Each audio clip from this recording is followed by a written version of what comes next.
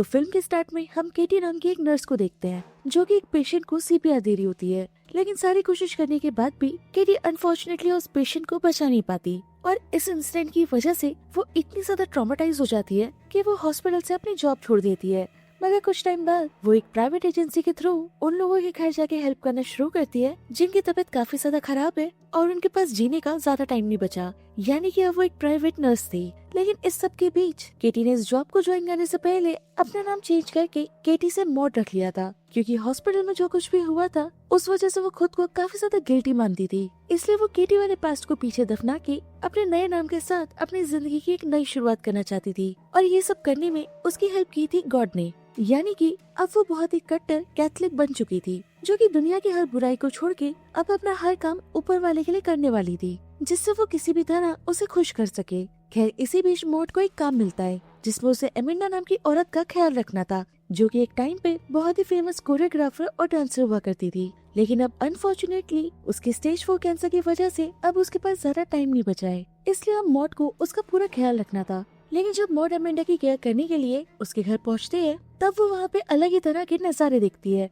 दरअसल stage 4 cancer होने के बावजूद वो सिगरेट पिया करती थी, अल्कोहल कंज्यूम किया करती थी, जो कि उसके हेल्थ के लिए बिल्कुल भी सही नहीं था। और इसी के साथ उसके मल्टीपल पार्टनर्स भी थे, फिर चाहे वो लड़का हो चाहे लड़की। मगर ये सब कुछ नई नई कैथलिक बनी मॉड के लिए बहुत ज्यादा था, क्योंकि उसके हिसाब से एमिंडा हर वो काम कर रही थी जिससे गॉड नाराज होता। अब ये बात वो क्लियरली एमिंडा को तो कह नहीं सकती थी, इसलिए फिलहाल वो सिर्फ एमिंडा का ख्याल रखना स्टार्ट करती है। लेकिन हर गुजरते दिन के साथ वो ये बात समझ चुकी थी कि उसे किसी भी तरह एमिंडा की सारी बुरी आदतों को छुड़वा के उसकी लाइफ को ट्रैक पे लाना होगा, क्योंकि मॉड को लगने लगा था कि गॉड ने उसे किसी खास मकसद से यहाँ पे भेजा है और इस तरह से वो अपने गॉड को खुश भी कर पाएगी। अब जहाँ मॉड एक नंबर की धार्मिक इंसान थी, वहीं दूसरी तरफ एमिंडा एथिस्ट थी जो कि गॉड को मानती ही नहीं थी। लेकिन अब मॉड ये तो जानती थी कि स्टेज 4 कैंसर होने की वजह से एमिंडा के पास ज्यादा टाइम नहीं बचा था, इसलिए अब उसे ये तो पता था कि वो एमिंडा को बचा नहीं पाएगी, मगर किसी तरह उसके बुरे काम बंद करवा के उसकी सोल को हेवन तो भेजा ही जा सकता था। और अपने इस मिशन पे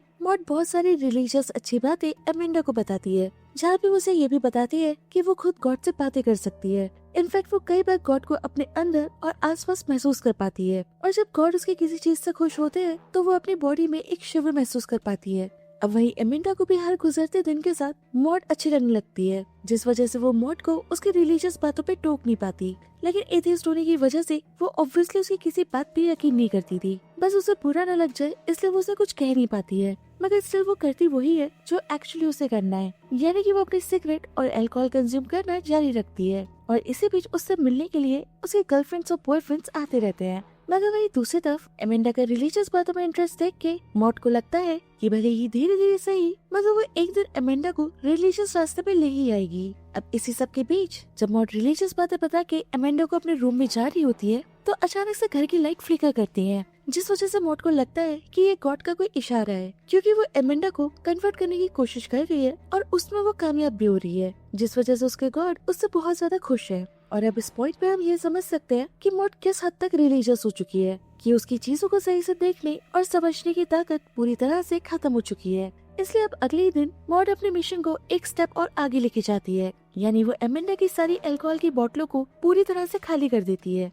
जिसके साथ ही वो उसे डेली एक्सरसाइज करने के लिए भी पुश करती है और साथ ही वो उसके लिए काफी अच्छा हेल्दी खाना भी बनाती है। वहीं दूसरी तरफ एमिंडा को भी इन सब चीजों से कोई प्रॉब्लम नहीं थी, बल्कि उसको मॉड की ये सारी हरकतें काफी ज्यादा क्यूट लग रही थी और वो धीरे धीरे उसे और भी अच्छे तरीके से समझने लगी थी। जैसे कि अगर खाना खाने से पहले मॉड प्रेयर करती थी तो एमिंडा भी मॉड को खुश करने के लिए अपने हाथ जोड़ के बैठ जाती, जिससे कि मॉड को लगता कि वो अपने मिशन के और ज्यादा करीब जाती जा रही है। अब इसी बीच मॉड एक दिन एमिंडा को कहती है कि वो अपनी बॉडी में उस वक्त गॉड को फील कर पा रही है, जिस वजह से उसे काफी ज्यादा सुकून मिल रहा है। और उसकी ये बात सुन अचानक से एमिंडा भी उसे कहती है कि वो भी एग्जैक्टली वही फील कर पा रही है जो इस वक्त मॉड फील कर रही है, क्योंकि उसे भी अपनी बॉडी में गॉड के होने का एहसास हुआ है। अब ये सुनने के साथ ही मॉड तो और भी ज्यादा खुश हो जाती है। लेकिन वही हम जानते हैं कि एमिंडा सिर्फ मॉड को खुश करने के लिए अभी तक सारा नाटक कर रही थी, जिसका मतलब था कि उसने ये भी झूठ कहा था कि उसे अपनी बॉडी में गॉड के होने का एहसास हुआ है। खैर एमिंडा की बातों की वजह से मॉड खुश होके एमिंडा को और भी ज्यादा ख्याल रखने लगती है और वो दोनों एक दूसरे की और भी ज्यादा क्लोज आ जाती हैं।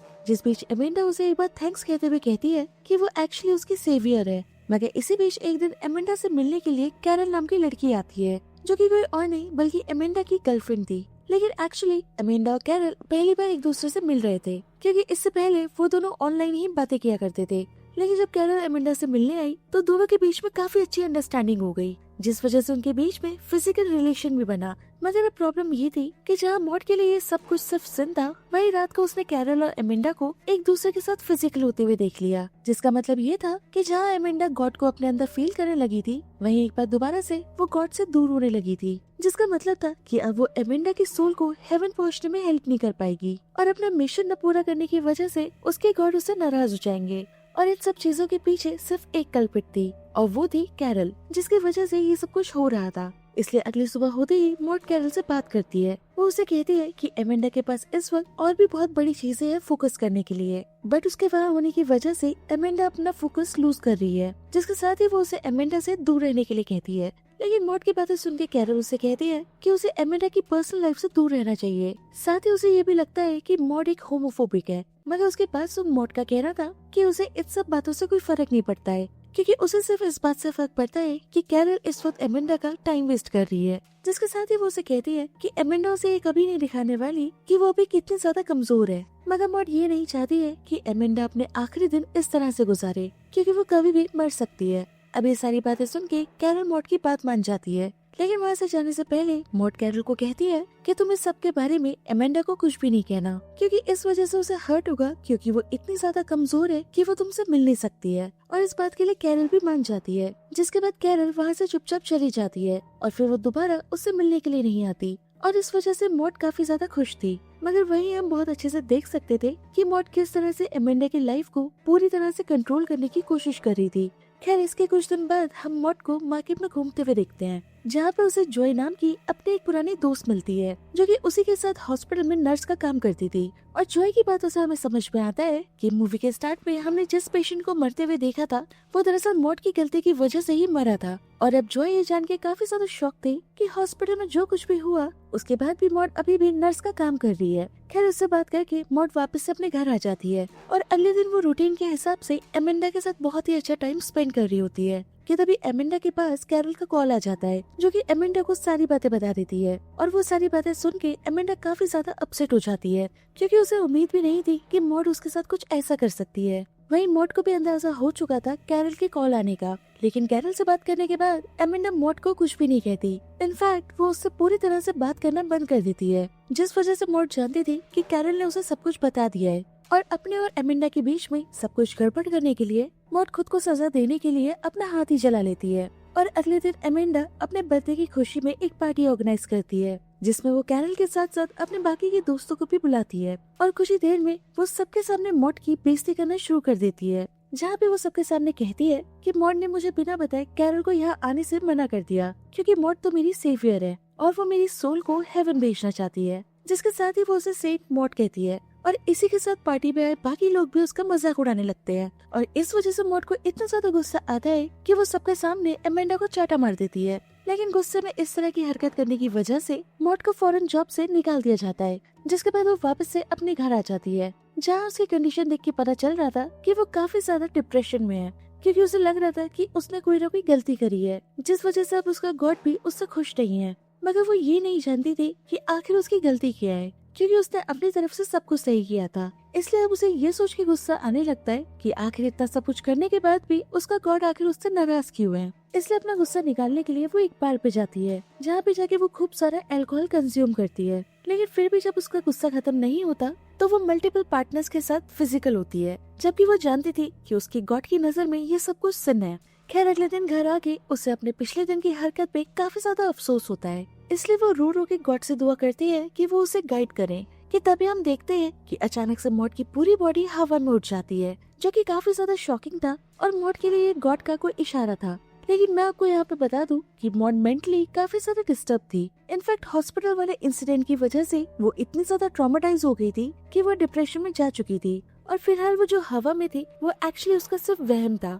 खैर, ऊपर वाले का इशारा मिलने की वजह से वो अपनी पिछली रात की हरकत के लिए खुद को सजा देती है, जिसके लिए वो अपने जूतों में कीले लगा के उन्हें पहन के पूरे दिन घूमती है। और इसी दौरान उसे एमेंडा के साथ एक दूसरी नर्स दिखती है, जिसे देख अगले ही दिन मॉड बहाने से नर्स से मिलती है। और बातों के दौरान वो नोटिस करती है कि वो नर्स उससे काफी ज्यादा अलग थी, क्योंकि वो नॉर्मल लोगों की तरह खुश रहती थी और अपने काम के अलावा उसकी अपनी भी एक लाइफ थी। लेकिन वही दूसरी तरफ मॉड अपनी जिंदगी में पूरी तरह से अकेली थी और न ही वो नॉर्मल लोगों की तरह खुश रहती थी। और तभी वो नर्स मॉड को बताती है कि हो सकता है उसकी ये जॉब जल्द ही चली जाए, क्योंकि जिसकी वो केयर करती है शायद वो और लंबा न जी पाए। खैर उसी रात घर वापस आके मॉड को अपने गॉड की आवाज सुनाई देती है, जो कि उसे कहते हैं कि वो उस पर काफी ज्यादा प्राउड है और अब बस उसे एक आखिरी टेस्ट देना है, जिसके बाद वो और गॉड हमेशा के लिए एक साथ होंगे। और फिर अगले दिन रात को हम मॉड को एमेंडा के घर के बाहर देखते हैं, जो कि एमेंडा की नर्स के जाने के बाद फौरन उसके घर के अंदर चली जाती है, जहाँ पे हम देख सकते थे कि एमेंडा की हालत काफी ज्यादा खराब हो चुकी थी। वहीं जब एमेंडा मॉड को देखती है तो वो उससे फौरन सॉरी कहती है, क्योंकि उसका कहना था कि मॉड ने उसका बहुत ज्यादा ख्याल रखा था। लेकिन इसके बावजूद एमेंडा ने जो उसके साथ पार्टी में किया वो उसे करना नहीं चाहिए था। और उसकी ये सारी बातें सुन के मॉड उसे कहती है कि गॉड ने उसे माफ कर दिया है, क्योंकि वो जानता है कि एमेंडा ने जो भी कहा था वो सिर्फ गुस्से में कहा था, क्योंकि गॉड जानता है कि सच में उसके दिल में क्या है। और गॉड के बारे में सुनते ही एमेंडा उसे कहती है कि वो गॉड जैसी किसी भी चीज पे यकीन नहीं करती है। पर उसकी इस बात पे मॉड उसे याद दिलाती है कि उसने और एमेंडा ने एक साथ गॉड को अपने अंदर महसूस किया था। लेकिन उसकी ये बात सुन एमेंडा उसे कहती है कि उसने ऐसा कभी भी कुछ भी महसूस नहीं किया था और वो सब कुछ सिर्फ मॉड को खुश करने के लिए कहती थी।